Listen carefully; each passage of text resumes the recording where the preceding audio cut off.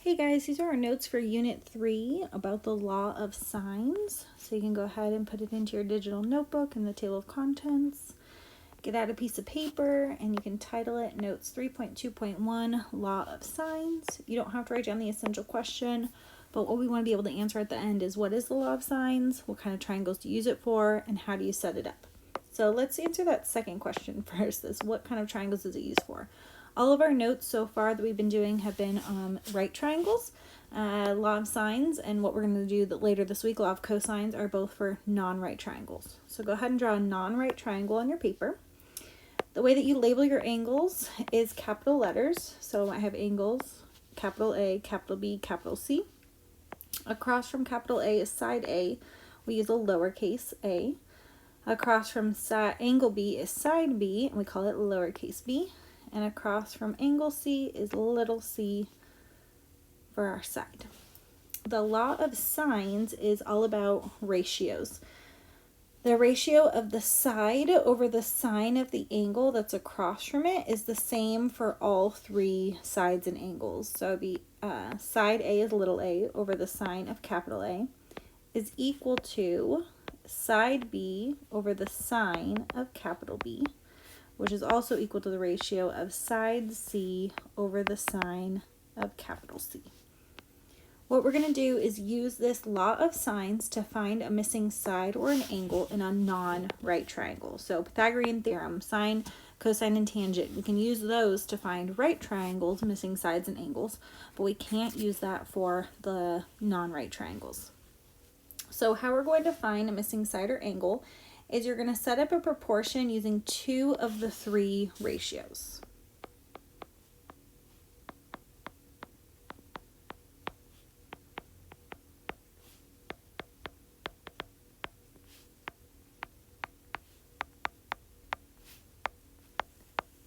So you can either use, maybe you use the first two, maybe use the last two, or maybe use the first one and the last one, but you're only using two little fractions set equal to each other. And how you set them up is it's always the side over the sine of the angle that's across from it.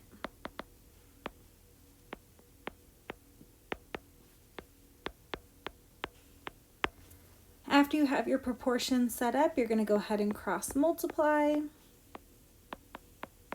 and then just solve for your missing variable.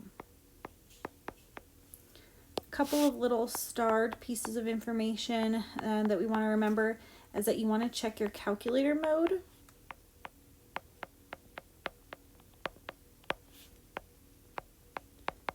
So if you see like a number and a little circle, that means you're in degree mode. If you see a pi or the word radian, then you're in radian mode.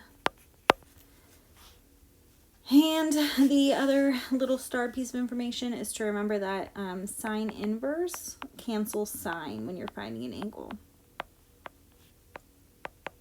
So when you're finding an angle, you have to use sine inverse. All right, next up is we're going to talk about the ambiguous case. The ambiguous case is when you have the bad word backwards. So if you think back to Math 1, when you did triangle, congruency, and similarity statements, you had like side, side, side, angle, side, angle. Well, there's one you weren't allowed to use, the SSA. That's I called the bad word backwards.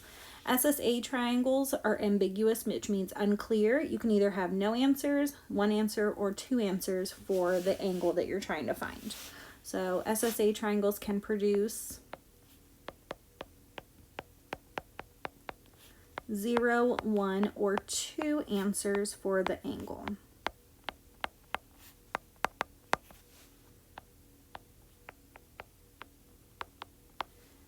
If you do have a second answer, all you have to do is subtract 180 degrees minus the angle that you found, and that will give you your second angle. And we'll do an example where you guys will see this. So this is the notes that you guys are going to put into your digital notebook. Now we're going to go on to our examples. So we're going to skip example 1, which is proving the law of sines. I already told it to you. If you need me to prove it to you, come to office hours and I can prove it. we're going to jump right into using it. So we're on page 52 for example 2. Mine's all written over because my problem is in degrees, and in your workbook it's written in radians. So it says for triangle ABC, find the length of side B if measure of angle B is pi over 3 and the measure of angle C is 2 pi over 9. We don't have to worry about the ambiguous case if you're finding a side, because it gave us two angles, angle, angle, side. That doesn't spell a bad word, so we're okay. How you set up your proportion is we're trying to find side B, so you put that over the sine of the angle that's across from it. B over the sine of the angle across, pi over 3, is equal to, well, there's one other side that was given. You put it over the sine of the angle that's across from it. So side over the sine of the angle across, side over the sine of the angle across. From here, we're going to go ahead and cross multiply. So I'm actually not multiplying them out. I'm just going to put a multiplication symbol in between. B times the sine of 2 pi over 9 equals 5 times the sine of pi over 3. My goal is to find B. I'm trying to get B by itself, so I need to undo this multiplication. I'm going to divide both sides by sine of 2 pi over 9, and that's going to get B by itself.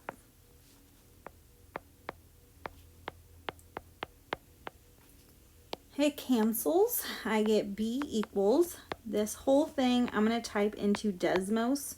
You can get the Desmos app, you can use desmos.com, but Desmos will do all the work for us. If you have your own TI or something, you probably can type it all in. You might have to do like the top first, bottom, and then divide them. That's possible, but don't turn your iPhone sideways. It's too hard. Since there's a pi, it says the word radians on your workbook page. We know that we're in radian mode. And I'm just going to type that whole thing in. So I go to Desmos, I check my mode, radian should be in green, and then I'm just going to type it in. 5 times the sine of pi over 3. Outside the parentheses, when I hit divide by, it only does the second part, so I got to go put parentheses around the top, and then I hit divided by, and then it's the sine of 2 pi over 9. And your notes, it doesn't tell us where to round. In your workbook, I believe it says in yours hundredths, so 6.736. So the 3 is going to round up to 6.74. And it matches whatever units our other side had, so this side is in centimeters. So this was finding the missing side length. Now we're going to go into finding a missing angle. So example 3 doesn't give us a drawing of a triangle, so your first step is to actually draw the non-right triangle and label it. It says for triangle ABC, find the measure of angle C. If the measure of angle A is 34 degrees, C is 9 meters, and A is 7 meters. So it's triangle ABC, so I'm going to use uppercase letters. And then it says find the measure of angle C, so that's my variable. It says measure A is 34 degrees. So I'm going to go to A and write 34, so that's the mode I'm going to be in. And then it says lowercase c is 9, lowercase a is 7. So lowercase c is across from capital C, so that's 9. Lowercase a is across from capital A, so that one is 7. So this time I'm finding a missing angle. So it is possible that I have an ambiguous case. How you tell is I have this is an angle, this is a side, this is a side. And lo and behold, we have a bad word, right? ASS. Bad words backwards is SSA, so that's what we're going to write, not the other one. So this is an SSA triangle. That means it's the ambiguous case, which means it's unclear. We could have 0, 1, or 2 answers. We're going to solve it like normal, and then I'll kind of show you guys how to tell. So we're still going to set up a ratio. It's still going to be a fraction equals a fraction, right? So on top is your sides, 9 and 7. Then on the bottom, you put sine of an angle. So the angle across from 7 is 34. And the angle across from 9 is x. So again, you do the side over the sine of the angle. So 7 and 34 together.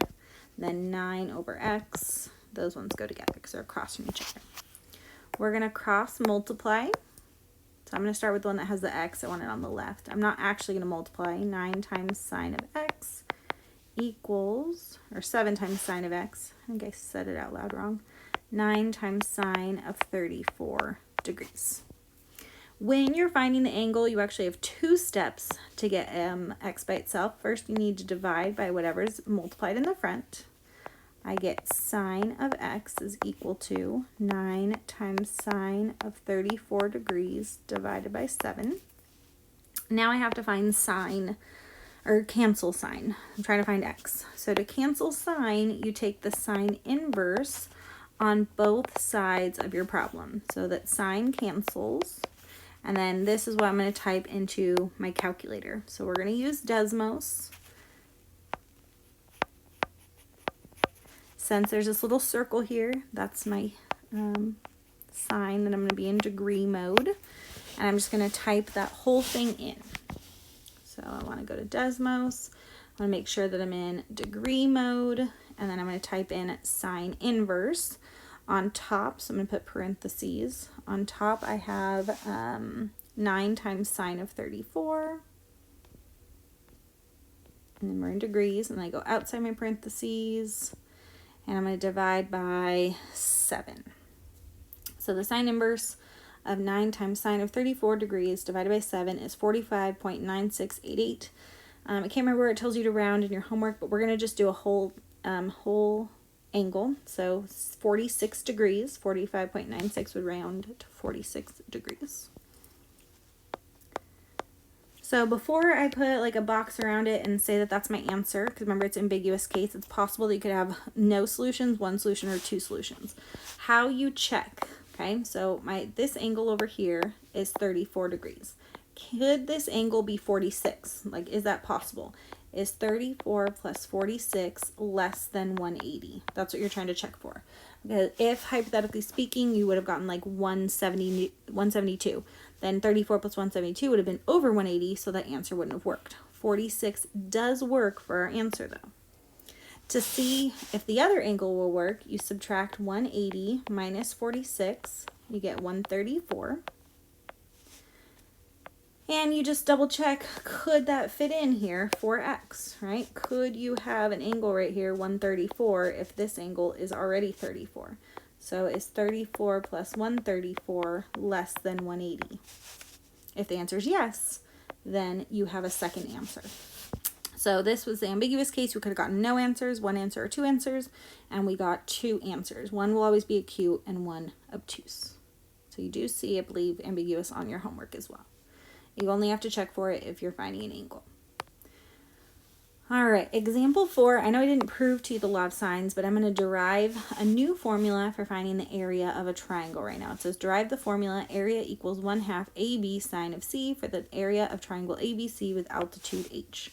So hopefully you know this formula for the area of a triangle. Area equals 1/2 base times height. Well, this formula has a 1/2 and it has a base, but it doesn't have a height. And that's because in order to be the height, it has to make your base at a 90-degree angle. Okay, not every problem is going to meet your base at a 90-degree angle. So our new formula says sine of C, right? Sine of C. So I'm going to prove to you this new formula using the old one. Okay, so here's angle C. Well, the sine of angle C is equal to the opposite over the hypotenuse. Well, H is the opposite and A is the hypotenuse. So the sine of C would be H over A. Well, I'm going to go ahead and get rid of that fraction over there by multiplying both sides by A and getting that the height is equal to A times the sine of angle C, because we don't always know the height of a triangle. So what we're going to do now is we're going to take the fact that H is equal to A sine of C, and we're going to plug it into the old formula we used to know for H.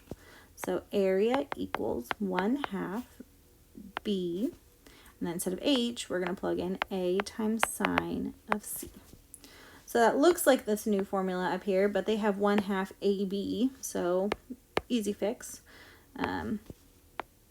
B times A is the same as A times B. So our formula is area equals 1/2 AB sine capital C, because that's an angle. Lowercase a and B are sides.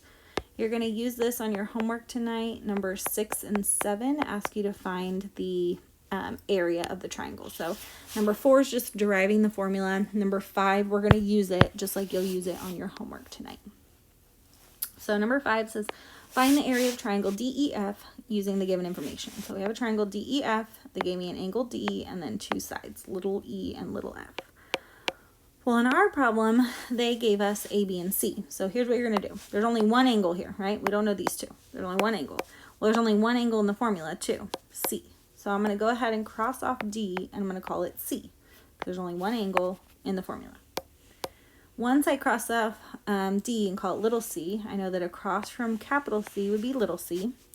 That means that these pieces would be little a and little b. It doesn't matter which one is which.